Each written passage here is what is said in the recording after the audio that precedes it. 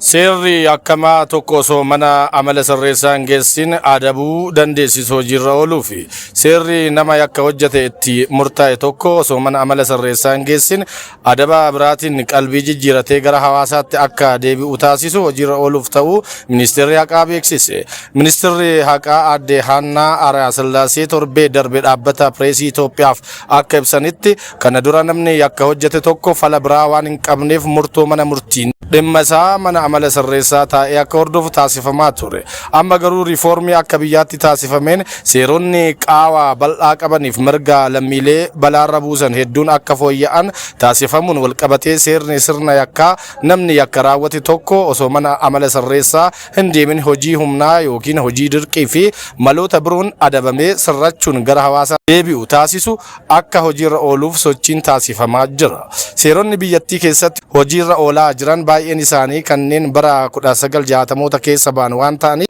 haqa lammiilee mirkaneessuu irratti danqaa ta'aniif bu'urri heerummaa isaanii gaafii jala galuu yaadachiisanii ammaan tana garuu riifoormii taasifameen seeronni madda komii hawaasaa ta'an hedduun haala yeroo fi addunyaan irra ga'e waliin akka fooyya'an taasifamuu ibsaniiru. Akka isaan jedhanitti riifoormiin taasifame seerota danqaa ta'an sirreessuu qofa osoo hin taane hojmaataa fi gurmaa'insi garaagaraa taasifameera. Seerri bahuu fi fooyya'u akka kanaan dura callisee osoo hin taane hirmaannaa fi beekamtii hawaasaa akka gonfatu taasifameera. Seerri bahe maaliif akka fayyaduu fi haalli itti hojiitti hiikamu ilaalchisee hawaasni hubannoo gahaa akka argatu taasifameera. Hundaa ol qindoomina qooda fudhattootaa cimsuun hojii haqaa lafa qabsiisuu cinatti manneen murtii aadaa haqa hawaasaa mirkaneessuu keessatti shoora olaanaa qabaniif beekamtiin seeraa kennameera. Pirezidaantiin mana murtii waliigalaa federaalaa obbo Teewodiroos Mirat gama isaaniin akka jedhanitti riifoormiin taasifame rakkoolee jijjiiramaan dura madda komii uummataa kan turan adda baasuun tajaajila itti quufinsa uummataa gonfate mirkaneessuudha jedhani. Haaluma kanaan hanqina raawwachiisummaa adda baasuun leenjii ga'oomsuu kennuu seerota danqaa ta'an fooyyessuu fi hojmaata si'ataa diriirsuu irratti hojiin bal'aan hojjetameera jedhani.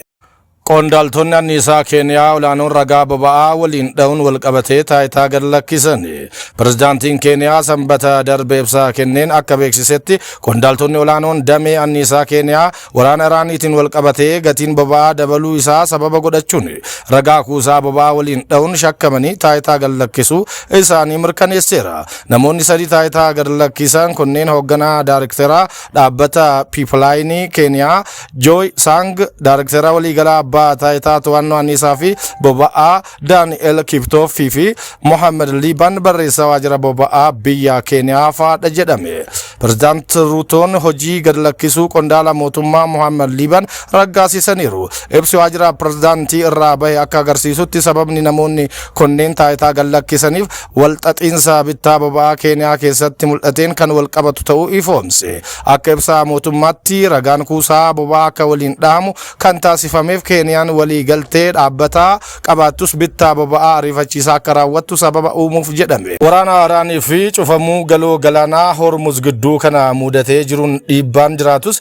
dhaabbileen akka Saawudii Aramaanko Trading, Fujaayira, Adaanko Global Trading yookiin Abu Dhabii fi Emirates National Oil akkaataa waliigaltee isaaniin hojjechaa akka jiran ibsichi eereera. Ibsichi akka jedhutti bittaan boba'aa ariifachiisaa gatiin isaa ol ka'aa fi qulqullinni isaa gadi bu'aa ta'e kun kan raawwatame gatii boba'aa addunyaa irratti dabalaa jiruuf yaaddoo uummataa akka carraatti fayyadamuun hanqinni boba'aa waan jiru fakkeessanii agarsiisuuf akka ta'e ibsee jira. Dhimma kanaan walqabate namoonni sadii kan gocha kanaan shakkaman kan hidhaman yoo ta'u gaazexaan The Standard akka gabaasetti Joosef Waafulaa ittaanaa daayirikteera boba'aa ministeera anniisaa fi hoogganaa loojistiikii erga hidhaman booda hojii gad lakkisuu isaanii ifoomseera. Akka gabaasa Daily Nationitti namoonni shanan kunneen kamisa darbe kan qabaman yoo ta'u sakatta'insa poolisiin taasiseen qarshii Keeniyaa miiliyoona 100 hedduun lakkaa'amu harka harkatti qabameera jedhame.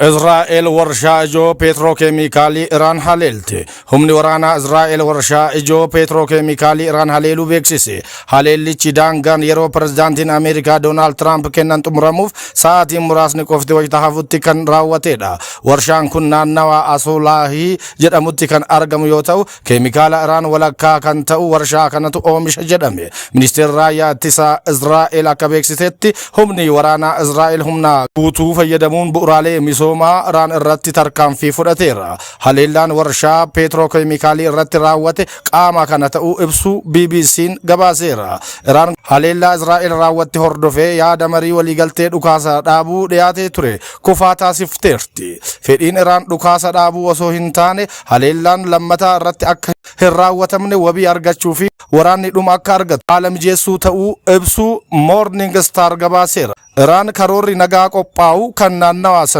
guutumaan tasgabbeessu akka ta'uu fi wal dhabdee bahaa giddu galeessaatti yeroo ammaa deemaa jiru hundi qaama furmaata akka ta'an barbaaddi.